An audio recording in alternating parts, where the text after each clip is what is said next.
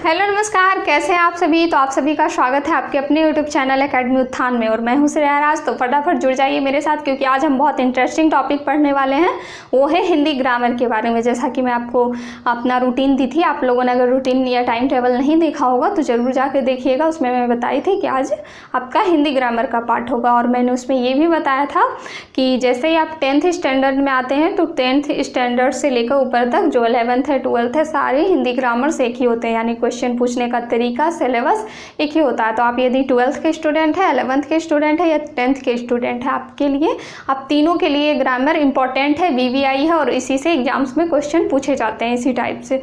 तो चलिए, आप अगर मेरे चैनल पे नए हैं तो चैनल को सब्सक्राइब कर दीजिएगा, बेल आइकन को प्रेस कर दीजिएगा ताकि मेरी नोटिफिकेशन आप तक पहुंचती रहे। क्योंकि आपको पता है कि ये चैनल अभी से लेकर आपके एग्ज़ाम तक आपका साथ देगा, आपके सिलेबस को कंप्लीट करेगा। इसीलिए आप इस चैनल के साथ बने रहिए और वीडियो को अंत तक देखिए। अच्छा लगे तो लाइक ज़रूर कीजिएगा और कॉमेंट करके ज़रूर बताइएगा कि कैसा लगा। तो आज हम इस वर्ण को पढ़ लेते हैं पूरा का पूरा। तो चलिए देखिए, हिंदी ग्रामर का मैंने आपको सिलेबस दिया था और बताया था कि उसमें फर्स्ट पार्ट वर्ण होता है। क्योंकि हम किसी भी चीज़ को स्टार्ट करते हैं, मान लीजिए हमें छत पे चढ़ना है तो पहले सीढ़ी पे कदम तो रखना होगा ना। तो यही वर्ण समझ लीजिए पहली सीढ़ी है, यानी हिंदी व्याकरण का पहली सीढ़ी ये वर्ण हो गया। तो आज हम इस वर्ण के बारे में देखते हैं। तो सबसे पहले कि ये वर्ण आखिर होता क्या है, ये वर्ण आखिर होता क्या है। तो आपने बचपन में भी पढ़ा होगा और मैं भी अभी बताती हूँ आपको, अगर नहीं पढ़ा होगा तो दोबारा से पढ़िए। तो वर्ण किसे कहते हैं, सबसे पहली बात यही आती है, वर्ण होता क्या है। तो वर्ण उस मूल ध्वनि को कहते हैं जिसके खंड या टुकड़े नहीं किए जा सकते। वर्ण उस मूल ध्वनि को कहते हैं जिसके खंड या टुकड़े नहीं किए जा सकते। जैसे मैं यहाँ लिख लेती हूँ, अगर आपको लिखना होगा तो आप नोट भी कर लीजिएगा, नोट्स बना लीजिएगा क्योंकि आपके बहुत काम देगा।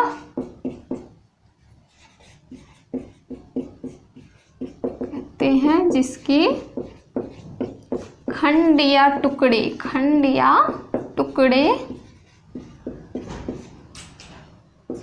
नहीं किए जा सकते हैं।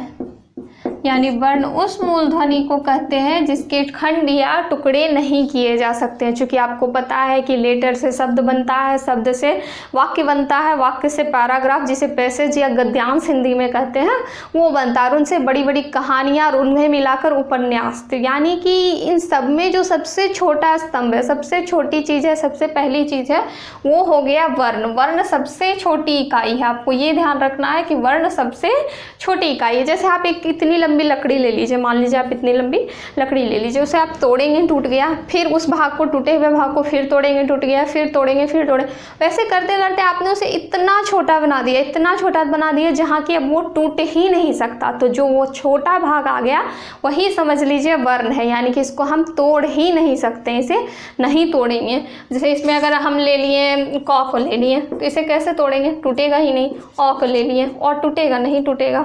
इसी तरह से हम र को ले लिए, टूटेगा नहीं, टूटेगा। तो वही चीज़ है वर्ण, हम इसे तोड़ ही नहीं सकते।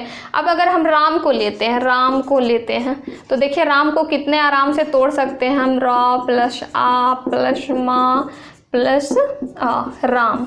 देखिए ये 4 वर्णों में टूट गया, लेकिन ये यदि राम इसी से मिलकर राम शब्द बना तो ये टूट सकता है, लेकिन अब इसे हम चाहेंगे तोड़ना तो ये नहीं टूटेगा। तो आपको साफ साफ ध्यान रखना है कि वर्ण टूटता नहीं, यानी वर्ण उस मूल ध्वनि को कहते हैं जिसके खंड या टुकड़े नहीं किए जा सकते।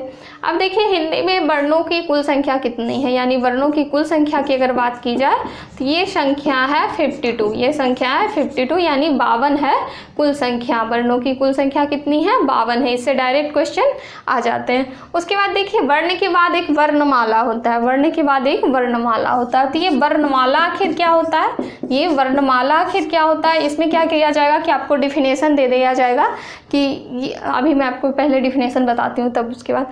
तो वर्णमाला क्या होता है, तो वर्णों के समूह को वर्णमाला कहते हैं, यानी वर्णों का समूह वर्णमाला हो गया, वर्णों का समूह वर्णमाला हो गया। मान लीजिए आपने एक फूल लिया, ठीक, एक फूल लिया तो वो एक फूल कहलाया, वो एक फूल है लेकिन आप उसी तरह के 10-12 फूल लेकर एक माला बना लें तो वो फूलों का समूह हो गया, यानी 12 फूल 20 फूल का वो समूह हो गया जिसे कि आप फूलों की माला कहते हैं। तो वही चीज़ यहाँ भी है, वर्णमाला यानी कि वर्णों का जब समूह हो गया तो वर्णों का माला बन गया एक तरह से। तो आप माला से ध्यान में रखेंगे कि समूह है ये चीज़।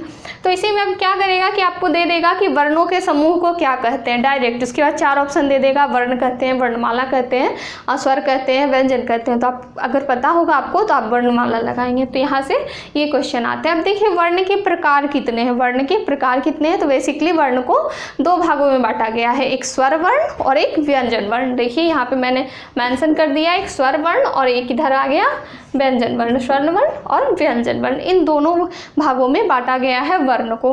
अब इसके बारे में जानते हैं आखिर स्वर वर्ण क्या होता है, फिर हम जानेंगे कि व्यंजन वर्ण क्या होता है। तो देखिए स्वर वर्ण किसे कहते हैं, स्वर वर्ण उसे कहते हैं जिसके कि उच्चारण में अन्य किसी वर्णों की सहायता नहीं ली जाए, यानी कि हम साफ साफ कह सकते हैं कि स्वतंत्र उच्चारण, जिसका स्वतंत्र उच्चारण हो, स्वतंत्र उच्चारण, आपको बस इतना ही ध्यान रखना है, स्वतंत्र उच्चारण हो जिसका, यानी कि इसके उच्चारण में हम किसी और की सहायता लेंगे ही नहीं, और किसी की सहायता नहीं लेंगे। जैसे देखिए यहाँ मैंने राम को जब विभक्त किया तो यहाँ रा को मैंने 2 भागों में बांटा, एक तो र हो गया, एक तो आ, यानी कि मौ को देखिए, मौ को जब मैंने किया तो मौ को अलग लिया, औ को अलग लिया। तो इसका मतलब मौ अकेला नहीं है, मौ को हम बोल रहे हैं आ की सहायता से, इस अ की सहायता से हम मौ का उच्चारण कर रहे हैं। लेकिन यदि अ है ये तो अ सहायता खुद कर रहा है, ये किसी की सहायता ले नहीं रहा है। तो वही चीज़ है कि स्वर वर्ण का स्वतंत्र उच्चारण होता है, ये किसी की हेल्प नहीं लेता है, सीधा ही आपको ध्यान रखना है, नो हेल्प, ये किसी की मदद नहीं लेता, ये खुद में दबंग है, खुद में बलशाली है, ये मदद नहीं लेता, ये सिंघम है।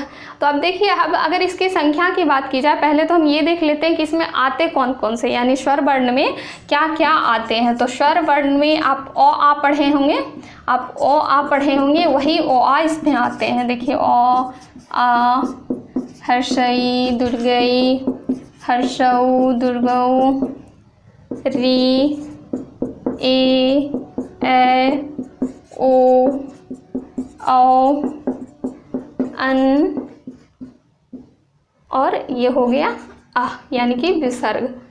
तो ये हो गया स्वर वर्ण, यानी इतने जो आपको दिख रहे हैं ये स्वर वर्ण है। और यदि इसकी संख्या की बात की जाए कि स्वर वर्ण की संख्या कितनी है, तो आप देखिए हिंदी ग्रामर क्या होता है, हिंदी ग्रामर हाथी के दांत के टाइप का होता है, यानी हाथी के दांत का टाइप मतलब दिखाने का कुछ और खाने का कुछ और, ऐसी बात है। यहाँ आपको दिख रहा है कि स्वर वर्ण टोटल अगर आप काउंटिंग कीजिएगा तो आपको 13 दिखेगा, लेकिन अगर डायरेक्ट पूछ लिया जाए कि स्वर वर्ण की संख्या कितनी है तो आप इसे 11 लगाएंगे, इसे 11 लगाएंगे। अब ऐसा डिफरेंस क्यों है तो मैं आपको आगे यहाँ बताती हूँ कि इतना डिफरेंस क्यों है इन दोनों में। तो स्वर वर्ण की संख्या कितनी है, 11 है। अब देखिए इसके प्रकार के बारे में चलते हैं कि स्वर वर्ण के कितने प्रकार हैं। तो स्वर वर्ण को 3 प्रकारों में बांटा गया, यानी स्वर वर्ण को 3 भागों में बांटा गया। पहला जो भाग है उसे कहते हैं मूल स्वर, उसे मूल स्वर, या फिर इसी को कहते हैं हर्ष स्वर, हर्ष स्वर, या फिर इसी को कहते हैं हम लघु स्वर, लघु स्वर। आपको नाम से ये स्पष्ट हो रहा है, मूल स्वर यानी सबसे पहला वाला, उसके बाद फिर हर्ष, यानी कि हर्ष का मतलब छोटा होता है और लघु का मतलब भी छोटा होता है। तो नाम से स्पष्ट हो रहा कि ये जो भी स्वर वर्ण है ये छोटा स्वर वर्ण है, ये छोटा स्वर वर्ण है। तो यदि इसकी मात्रा की बारे में पूछी जाए कि जो ये मूल स्वर है या हर्ष स्वर या लघु स्वर, इसमें कितनी मात्रा होती है, तो 1 मात्रा का उपयोग होता है, 1 मात्रा का उपयोग होता है। इसे आपको ध्यान में रखना है, इससे डायरेक्ट क्वेश्चन आ जाएंगे। तो इसमें 1 मात्रा का उपयोग होता है। और इसमें यदि बताया जाए कि इसमें कौन कौन से वर्ण आते हैं, तो देखिए अब हम इसे देख ही लेते हैं कि इसमें कौन कौन से वर्ण आते हैं। क्योंकि नाम से स्पष्ट ये छोटा है तो इसमें जो भी वर्ण आएंगे वो छोटे छोटे वर्ण आएंगे। तो इसमें कौन कौन से आते हैं, अ, हर्षई, हर्षऊ और री। देख लीजिए अ, हर्षई, हर्षऊ, री, छोटे छोटे वर्ण इसमें आ रहे हैं। और इसमें कितने आए, टोटल 4 आए। ठीक, उसके बाद दूसरा जो पार्ट है वो है हर्ष स्वर, लघु स्वर, यानी मूल स्वर के बाद जो दूसरा पार्ट है वो है दीर्घ स्वर, वो है दीर्घ स्वर। जैसा कि आपको नाम से ये स्पष्ट हो रहा है, दीर्घ का मतलब बड़ा, दीर्घ का मतलब बड़ा, लंबा, जो भी कहें आप, तो दीर्घ स्वर। अब इसमें क्या मात्रा होती है कि इसमें 2 मात्रा का उपयोग होता है, जैसा कि मैंने आपको भी बताया कि जिसको बोलने में कम समय लगता हो, यानी जो छोटा हो, जिसे कम समय लगता हो बोलने में, तो इसे हर्ष स्वर या लघु स्वर कहते हैं। अब इसका क्या कंडीशन है दीर्घ स्वर का, कि जिसमें हर्ष स्वर से दुगना समय लगे, यानी जितना इसमें लग रहा है इससे अगर दुगना 2 गुना कर दें तो वो हो गया दीर्घ स्वर। यानी हर्ष स्वर से दुगना समय लगना, मूल स्वर से दुगना समय लगता है जिसमें, तो उसे हम दीर्घ स्वर कहते हैं, उसे दीर्घ स्वर कहते हैं, दुगना समय। और इसमें कौन कौन से आ गए देख लीजिए, आपको ये मात्रा ध्यान में रखनी है कि इसमें कितनी मात्रा का उपयोग होता है। तो इसमें आ गए आ, दुर्गई, दुर्गऊ, ए, ओ और औ, इतने चीज आ गए इसमें। आ, दुर्गई, दुर्गऊ, ए, ओ और औ, ये दीर्घ स्वर में आ गए। अब देखिए तीसरा जो पार्ट है उसे हम पुलुत स्वर कहते हैं। तीसरा जो पार्ट है उसे हम क्या कहते हैं, पुलुत स्वर कहते हैं, पुलुत स्वर कहते हैं। अब इसमें कितनी मात्रा का उपयोग होता है, तो इसमें 3 मात्रा का उपयोग होता है, इसमें 3 मात्रा का उपयोग होता है। और यदि इसके बारे में बात की जाए कि ये क्या होता है, तो इसमें पुलुत स्वर वैसे स्वर को कहते हैं जिसके कि उच्चारण में बहुत अधिक समय लगता हो, यानी कि बहुत ज़्यादा समय जिसमें लगता है। जैसे इसमें थोड़ा सा समय लग रहा था, इसमें दुगना लग रहा था, और इसमें बहुत ज़्यादा समय, उच्चारण में अधिक समय लगता हो, अधिक समय लगता हो, उसे ही हम कहते हैं पुलुत स्वर। और इसमें क्या आते हैं, जैसे ओम लिखा आपने, ओम लिखा, तो ओम में क्या लग रहा है, अधिक समय लग रहा, ओम में अधिक समय लग रहा, तो ये हो गया पुलुत स्वर। अब देखिए आप यदि काउंटिंग करेंगे यहाँ पर, तो ये 4 हुए, ये 2 2 4 2 6 1 7 हुए, तो 7 4 कितना हुआ, यहाँ 11 ही हुआ। और मैं आपको बताए थे कि स्वर 11 है, तो जब पूछा जाए कि स्वर की कुल संख्या, स्वरों की कुल संख्या, तो 11। अब देखिए इसमें एक अयोग बाह होता है, अयोग बाह होता है। तो ये अयोग बाह क्या होता है, तो आप यहाँ देख रहे हैं कि ओ आके लास्ट में आपको ये दिख रहा है, ओ अनुस्वर, अनुस्वार और विसर्ग। तो ये जो अनुस्वार होता है, ये जो अनुस्वार, अनुस्वार, और ये जो दूसरा विसर्ग, ये जो दूसरा विसर्ग होता है, यही 2 अयोगवाह कहलाते हैं, यही 2 अयोगवाह कहलाते हैं। तो आपसे यदि अयोगवाह के बारे में पूछा जाए कि अयोगवाह में कौन कौन से वर्ण आते हैं, तो आप ध्यान में रखिएगा अनुस्वार और विसर्ग, इसमें 2 वर्ण आते हैं। अब देखिए चूंकि यहाँ स्वरों की कुल संख्या 11 थी, लेकिन यदि पूछा जाए कि कुल स्वरों की संख्या, ध्यान से समझिएगा, स्वरों की कुल संख्या और कुल स्वरों की संख्या, ये 2 में अंतर है। तो स्वरों की कुल संख्या 11 है, लेकिन यदि कुल स्वरों की संख्या पूछी जाए तो आप 13 लगाएंगे, क्योंकि इसमें अयोगवाह भी आ गया। तो यहाँ से आपने स्वर को समझ लिया, स्वर क्या होता है, इसके पाठ को। अब हम चलते हैं व्यंजन वर्ण की तरफ, अब हम चलते हैं व्यंजन वर्ण की तरफ। तो देखिए व्यंजन वर्ण क्या होता है, जिसके उच्चारण में स्वर वर्ण की सहायता ली जाए, यानी कि ये स्वर वर्ण की सहायता लेगा। ये गांव का कोई कमजोर आदमी है और इसको सिंघम की सहायता चाहिए, क्योंकि मैंने यहाँ सिंघम बताया इसे, तो इसको किसी अन्य की सहायता चाहिए, इसको सिंघम की सहायता चाहिए, तो ये इसकी हेल्प से काम करेगा, यानी ये इसकी हेल्प से काम करेगा। तो आप यहाँ डायरेक्ट लिख सकते हैं कि व्यंजन वर्ण उस वर्ण को कहते हैं जिसका उच्चारण स्वर की सहायता से। तो मैं यहाँ इंडिकेट कर देती हूँ, उच्चारण स्वर वर्ण की सहायता से, स्वर वर्ण की सहायता से, सहायता से। और जैसा कि मैंने आपको एग्जाम्पल लेके यहाँ बताया कि ये मौ है, तो इस मौ को हम अकेले नहीं बोल सकते, ये जो मौ है तो इस मौ को अकेले नहीं बोल सकते, इसमें मौ हलंत हो गया और ये अ हो गया। तो अ कहाँ से आया, तो अ देखिए स्वर, और स्वर वर्ण का पाठ है, तो यही इसी की सहायता से इस मौ को बोला जा रहा है। इसीलिए हम कह सकते हैं कि उच्चारण में स्वर वर्ण की जो सहायता लेता हो उसे हम व्यंजन वर्ण कहते हैं। अब देखिए यदि इसकी संख्या की बात की जाए तो 11 को छोड़ के जितना हो गया, यानी 41 इसकी कुल संख्या हुई। अब देखिए इसके पाठ के बारे में बात करते हैं कि व्यंजन वर्ण के भेद कितने हैं। जैसे कि आप तो हिंदी ग्रामर में देखे होंगे कि सब में भेद पूछा जाता है, जैसे उसके प्रकार हुए, तो इसी तरह से इसमें अगर भेद की बात पूछी जाए तो इसके 3 भेद होते हैं, इसके 3 भेद। एक तो स्पर्श व्यंजन, दूसरा हो गया अंतस्थ व्यंजन, अंतस्थ व्यंजन, और तीसरा हो गया ऊष्म व्यंजन, तीसरा हो गया ऊष्म व्यंजन। तीसरा ऊष्म व्यंजन हो गया। तो ये 3 इसके भेद होते हैं, ये अंतस्थ व्यंजन, ऊष्म व्यंजन और ये जो स्पर्श व्यंजन है, ये तीनों इसके भेद होते हैं, तीनों व्यंजन वर्ण के भेद होते हैं। लेकिन यदि इसके प्रकार की बात की जाए कि इसके कितने प्रकार होते हैं, तो इसके टोटल 6 प्रकार होते हैं। इसके 6 प्रकार होते हैं, जिसमें स्पर्श व्यंजन, अक्षिप्त या द्विगुण व्यंजन, उसके बाद अनुनासिक व्यंजन, अंतस्थ व्यंजन, ऊष्म व्यंजन और संयुक्त व्यंजन होते हैं। इतने पार्टों में इसे बांटा गया। अब देखिए कैसे, तो हम सबके बारे में आपको बताते हैं। तो देखिए स्पर्श व्यंजन जो है, स्पर्श व्यंजन में क्या आते हैं, कौन कौन से शब्द आते हैं। तो चूंकि मैं आपको पहले बताई थी कि क ख इसमें आएगा, क्योंकि अ तो उसमें आ गया, तो इसमें क ख आएगा। तो क से लेकर म तक, क से लेकर म तक जो होता है वो होता है हमारा स्पर्श व्यंजन, यानी क से लेकर म तक, जिसमें क ख ग घ ङ ट ठ ड ढ न त थ द ध म, इस तरह से ये जो आते हैं ये हो गए आपके स्पर्श व्यंजन। अब देखिए दूसरा जो है अक्षिप्त या द्विगुण, अक्षिप्त या द्विगुण, तो इसकी संख्या तो हो गई टोटल 25, आप जोड़ेंगे तो देख लेंगे। और इसकी अक्षिप्त या द्विगुण जो हो गया, इसमें 2 शब्द आते हैं, उसमें 2 शब्द आते हैं, एक तो आड़ो और दूसरा आ गया ढ। और इसकी विशेषता यह है कि ये किसी भी शब्द के फर्स्ट में नहीं आ सकता, फर्स्ट में इसका उपयोग नहीं हो सकता, यानी किसी भी शब्द के पहले इसका उपयोग नहीं होगा। जब भी आएगा तो बीच में आएगा। जैसे उदाहरण के लिए सड़क ले लीजिए, सड़क में देखिए ड़ बीच में आ रहा है, तो ये जब भी आएगा बीच में आएगा और इसकी कुल संख्या 2 होती है। अब देखिए तीसरा अनुनासिक, तो ये अनुनासिक क्या होता है, तो आप जितने भी ये पढ़ रहे हैं क से लेकर म तक, यानी वर्ग जो भी पढ़ रहे हैं, इसके जो अंतिम वर्ण होते हैं, अंतिम वर्ण, जैसे क ख ग घ अंगो, अंगो अंतिम वर्ण हो गया।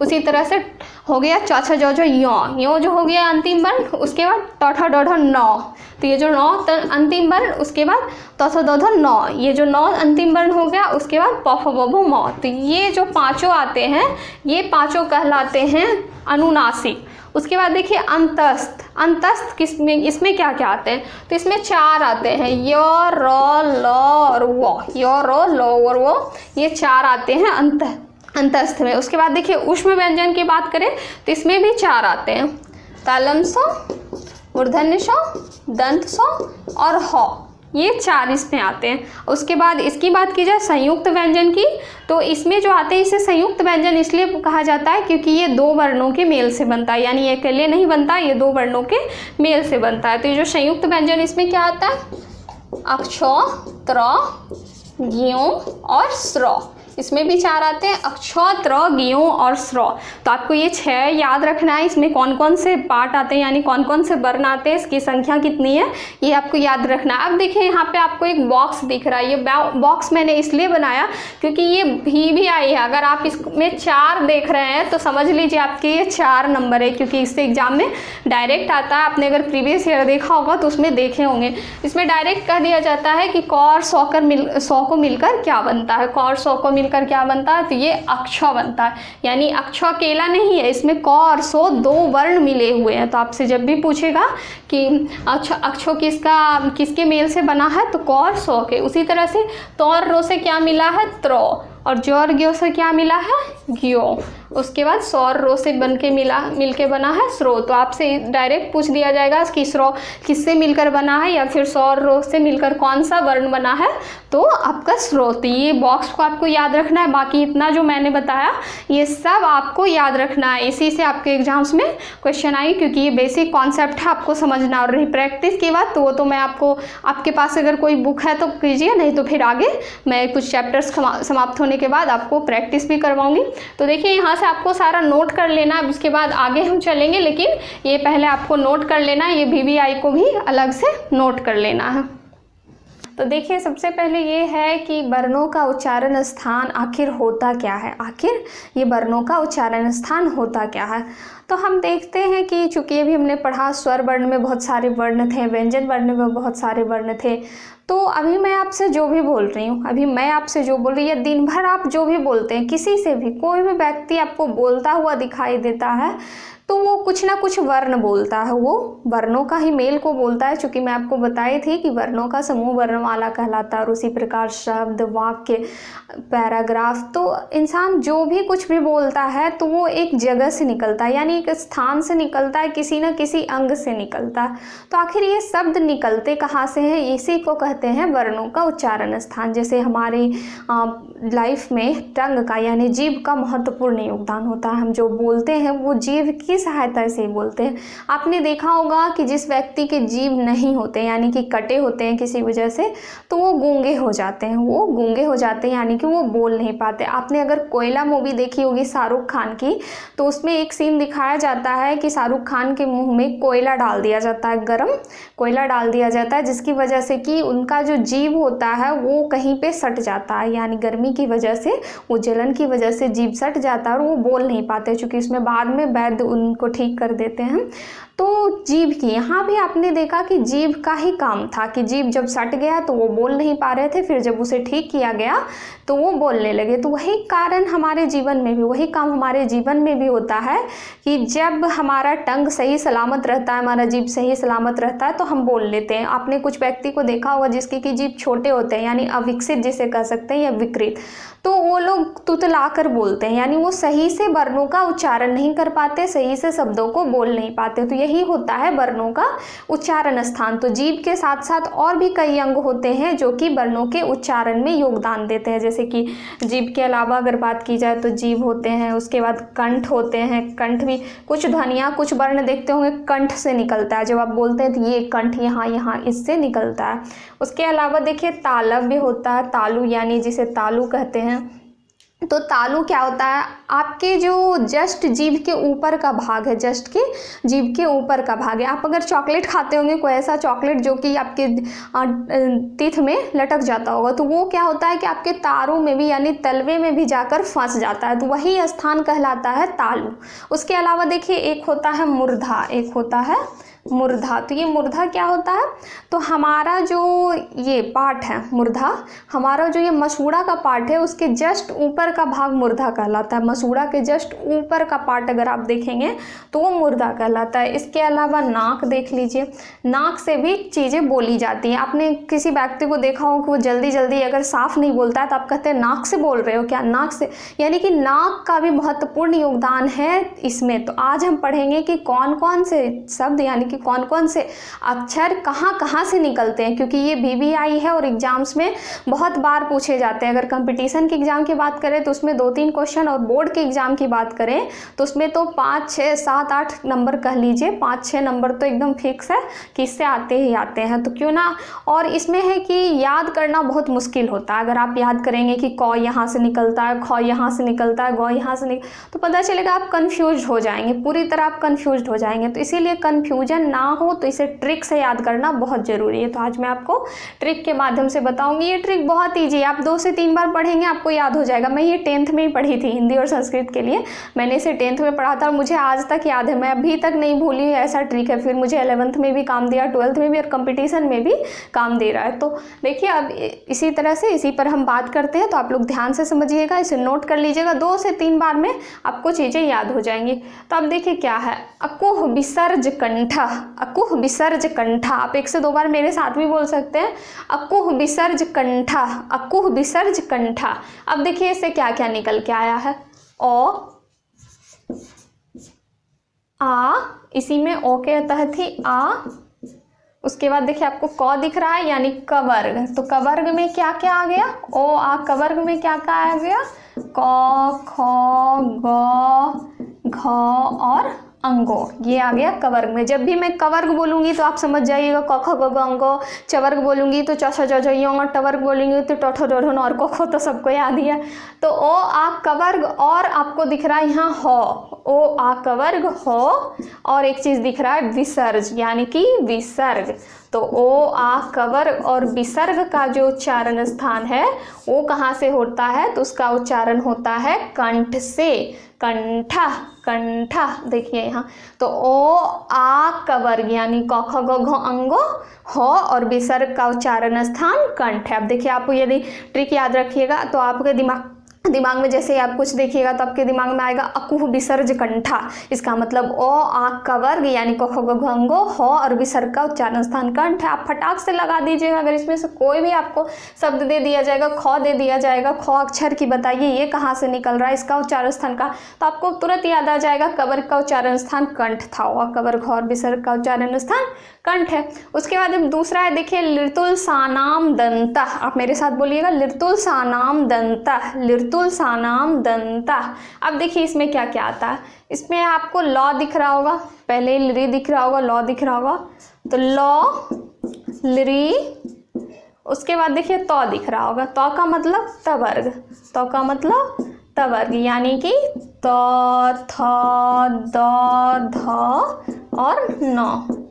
तो लिरी लिरी तवर्ग और दंत सौ, दंत सौ, जैसा कि दंत सौ के नाम से ही पता चल रहा है कि ये दांत से निकल रहा है। दंत सौ, दंत यानी दांत लगा हुआ है, तो आप क्या कहेंगे लिर्तुल सानाम दंता, यहाँ दांत है तो लिरी लॉ लिरी तवर्ग यानी तथधो नौ और सौ का उच्चारण स्थान दंत सौ का उच्चारण स्थान क्या है, ये दांत है, ये दांत है, लिर्तुल सानाम दंता। उसके बाद तीसरा देख लीजिए इचुई सानाम तालु, इचुई सानाम तालु, इचुई सानाम तालु। अब देखिए इसका उच्चारण स्थान क्या है, ई, आपको ई दिख रहा होगा, तो इस ई में दोनों आ गया यानी हर्षई और दीर्घई, हर्षई और दीर्घई, तो हर्षई दीर्घई और उसके बाद च दिख रहा है यहाँ च यानी कि चवर्ग, यानी कि चवर्ग, चवर्ग यानी च छ ज झ य, ये पांचों। तो यहाँ हो गया हर्षई दुर्गई चवर्ग यो और एक हो गया तालव्य श, ये तालव्य श, जैसा कि नाम से पता चल रहा है तालव्य श का मतलब तालु। तो यहाँ आपने देखा इचुई शानाम तालु, इसका मतलब हर्षई दीर्घई चवर्ग यानी च छ ज झ यो और तालव्य श का उच्चारण स्थान कहाँ है, तो ये तालु है। आप सिर्फ चवर्ग का मतलब ये समझिए, आपको याद सिर्फ चवर्ग ही रखना, इतना लंबा नहीं कि च छ ज झ यो भी आपको साथ में बोलना है, नहीं, हर्षई दीर्घई चवर्ग यो और तालव्य श का उच्चारण स्थान तालु है, उच्चारण स्थान क्या है, तालु है। अब देखिए रिटुर सानाम मूर्धा, रिटुर सानाम मूर्धा, यहाँ देखिए री आया तो इसका मतलब है री, री टॉ, टॉ का मतलब टवर्ग, टॉ का मतलब टवर्ग यानी कि टॉ ठ ड ढ और नौ और नौ। इस नौ का उच्चारण स्थान पता है, नौ नहीं होता है पूरी, इसको ड़ा टाइप का बोला जाता है, ड़ा। जैसे आपने अगर गणेश जी की आरती सुनी होगी तो गणेश चूंकि ऐसे लिखाता है, गणेश ऐसे लिखाता है तो उसको पढ़ते हैं गणेश, गणेश जय गणेश, इस तरह से बोला जाता है, तो ये इसका उच्चारण होता है राइट उच्चारण। तो अब देखिए री टवर्ग, टवर्ग, उसके बाद रॉ आ गया रॉ और उसके बाद आ गया मूर्धन्य श, मूर्धन्य श, जैसा कि नाम से स्पष्ट है मूर्धन्य यानी मूर्धा। तो री टवर्ग रॉ और मूर्धन्य श का उच्चारण स्थान कहाँ से होता है, मूर्धा से होता है। आप एक दो बार बोलिए रिटुर सानाम मूर्धा, रिटुर सानाम मूर्धा। तो री टवर्ग रॉ और ये मूर्धन्य श का उच्चारण स्थान मूर्धा से होता है। आपने देखा कि यहाँ तालव्य श का उच्चारण स्थान तालु से हो रहा था, दंत श का उच्चारण स्थान दांत से हो रहा था। अब देखिए उपुपध्या औष्ठा, उपुपध्या औष्ठा, उपुपध्या औष्ठा, तो यहाँ पे ऊ से आ गया हर्ष ऊ और दीर्घ ऊ, हर्ष ऊ और दीर्घ ऊ, जिसे आप हर्षऊ दुर्गऊ भी बोलते हैं। तो हर्ष ऊ दीर्घ ऊ, उसके बाद पवर्ग, पवर्ग प आया है यानी पवर्ग। तो पवर्ग का मतलब क्या हो गया, प फ ब भ और म, पवर्ग का मतलब प फ व भ म। तो हर्ष ऊ दीर्घ ऊ पवर्ग और यो, इसका उच्चारण स्थान क्या होता है, इसका उच्चारण स्थान होता है ओष्ठ। ओष्ठ का मतलब जिसे होस्ट बोलते हैं, लिप बोलते हैं, तो इसी का उच्चारण स्थान हर्षु दीर्घु पवर्ग पफबमो का उच्चारण स्थान होता है होंठ से। अब देखिए यहाँ यमंगम नानाम नासिकाचा, यमंगम नानाम नासिकाचा, इसका मतलब होता है कि आप इसमें सीधा याद रखिएगा कि नासिका से उन वर्णों का उच्चारण होता है जो कि सभी कवर्ग पवर्ग चवर्ग टवर्ग जो भी उनके आखिरी जो वर्ण है, आखिरी जो वर्ण है, जैसे क के आखिरी में क्या आता है अंग, च के आखिरी में क्या आता है च छ ज झ ञ, टो के आखिरी में क्या आता है, टो ठो डो डो नो। तो के आखिरी में क्या आता है, तो थो दो दो नो। और पो के आखिरी में क्या आता है, प फ ब भ मो। तो ये जो यंग अंग है, मो है, अंग है, नो है, और ये टवर्गी नो और तवर्गी नो, ये दोनों, ये पांचों का उच्चारण स्थान नासिका से भी होता है। तो मैं यहाँ लिख देती हूँ, य मो अंग, उसके बाद नो, टवर्गी नो, फिर तवर्गी नो। इनका उच्चारण स्थान कहाँ से होता है, इनका उच्चारण स्थान नाक से भी होता है। जैसे आप बोलिए या, कहाँ से आया, नाक से। इसी तरह से अंगा, अंगा बिना नाक की सहायता से नहीं बोल सकते। जैसा कि आपने यहाँ देखा ओ, तो ओ का साफ मतलब था ओ, कंठ से आ रहा है। इसमें आपका जीभ देखिए कहीं टच नहीं करेगा, ओ डायरेक्ट कंठ से। उसके बाद आप यदि लॉ को देखेंगे तो ला, लरी, लिरी, सीधा आपका दांत टकराएगा एक दूसरे से, लरी। तो ये लरी का उच्चारण स्थान दांत से। अब देखिए इचुई, आप हर्षवी बोलिए या दीर्घई बोलिए, देखिए तालू से निकलेगा, दीर्घई, हर्षी। ये जो जीभ है ये ऊपर तालू की और तालू में सटेगा, तलवा में जिसे हम कहते हैं तालू, तो उसमें सटेगा। अब देखिए री, आपने जैसे बोला री, तो मैं बताई थी कि मसूड़ा के जस्ट ऊपर का पार्ट, उसमें जीभ सटता है, री, मूर्धा, मूर्धा से निकल रहा। उसके बाद आपने हर्षू देखा, ऊ, ऊ देखिए लिप, ऊ इस तरह से जब निकलता है, लिप से निकल रहा, ओष्ठ से, और उसके बाद ये सब नाक से निकल रहा। इसके अलावा देखिए ये तीन ऐसे हैं जो कि दो स्थानों से निकलते हैं, यानी कंबाइंड रूप से दो स्थानों से निकलते हैं। जैसा कि आप देख रहे हैं कंठ तालु, यानी कि ये कंठ से भी निकल रहे हैं और कहाँ से निकल रहे हैं, तालु से भी, कंठ से भी, तालु से भी। तो ये कौन कौन से हैं, ए दै तो, यानी ए और ए और ए का उच्चारण स्थान कंठ और तालु है। जैसे आप बोलिए ई, तो कंठ से भी आ रहा है आवाज और तालु भी सट रहा, ए कंठ से भी और तालु से भी। तो ए और ए का उच्चारण स्थान कंठ और तालु है। इसका जो सूत्र है वो है एदैतो कंठ तालु, एदैतो कंठ तालु। अब देखिए उदोतो कंठोष्टम, उदोतो कंठोष्टम, इसमें भी दो आ रहा है, एक कंठ हो गया और एक हो गया ओष्ठ, कंठ और ओष्ठ। तो आप इसे कैसे पढ़ेंगे, इसमें कौन कौन से आते हैं, इसमें ओ आ गया और ओ आ गया। तो ओ और औ का जो उच्चारण स्थान है वो कंठ और ओष्ठ दोनों है। आप बोल के देखिए, ओ कंठ भी बोल रहा है और लिप भी बोल रहा है। तो ओ, औ, ये साथ औ भी के साथ, औ के साथ भी यही हो रहा है और औ के भी साथ यही हो रहा है, दोनों चीजें। तो ओदोतो कंठोष्टम, ओ का उच्चारण स्थान, ओ का उच्चारण स्थान कंठ और ओष्ठ। अब देखिए लास्ट है वकारस्य दंतोष्ठम, वकारस्य दंतोष्ठम। इसमें भी देखिए दांत और ओष्ठ, दांत और ओष्ठ, दांत और ओष्ठ दो शब्द आपको दिख रहे होंगे, दांत और ओष्ठ। तो ये जो वो है, इस वो का उच्चारण स्थान भी दांत और ओष्ठ से, दोनों से होता है। जैसे आप बोल के देखिए, ओ दांत भी और ओष्ठ भी, ओ दांत भी और ओष्ठ भी, ओ दांत और ओष्ठ। तो इसी तरह से आपने देखा कि आज पूरा जितना भी है मैंने सारा बता दिया कि इससे किससे किसका उच्चारण स्थान होता है। मुझे उम्मीद है कि आप इसे नोट जरूर करेंगे, क्योंकि नोट कर लीजिए, 1 से 2 बार रिवीजन कीजिएगा, आपको सारा याद हो जाए और कभी लाइफ में कन्फ्यूजन ही नहीं रहेगा कि किसका किस में जाएगा। आपको जब ये सूत्र याद हो जाएगा तो कभी कन्फ्यूजन नहीं होगा। इस सूत्र तो एक गाना की तरह, मतलब एक गीत की तरह आप इसे गा लीजिएगा, ऋटुर साना मूर्धा पुब्ध्या मान्या नमोष्ठो। तो यही चीज़ है, आप इसे जरूर नोट कर लीजिएगा। आई होप कि अच्छा लगा होगा आपको और आपको पता भी चल गया होगा कि आखिर ये उच्चारण स्थान होता कहाँ और ये निकलता कहाँ से है, ओष्ठ क्या है, कंठ क्या है, मूर्धा क्या है, तालु क्या है। मैंने ये सब भी आपको बता दिया। आपके एग्जाम्स के लिए वीवी आई है, इसीलिए इसे आप जरूर ध्यान रखेंगे, जरूर याद रखेंगे। 1 से 2 बार आपको अगर समझ नहीं आया तो आप इसे देख सकते हैं। और अगर मेरे चैनल पर नए हैं तो सब्सक्राइब जरूर कीजिएगा, बेल आइकन को प्रेस कीजिएगा, क्योंकि ये चैनल आपके एग्जाम तक आपका साथ रहेगा, आपके सिलेबस को पूरा कराएगा। तो चलिए, और अगर अपने दोस्तों को भी शेयर करना चाहते हैं तो कर दीजिएगा, क्योंकि ये आपका ही काम है। आपको अगर अच्छा लगा हो तो ज़रूर शेयर कीजिएगा। तो अभी घर पे रहिएगा, सुरक्षित रहिएगा, अपनी तैयारी को मजबूत कीजिए। जय हिंद, धन्यवाद।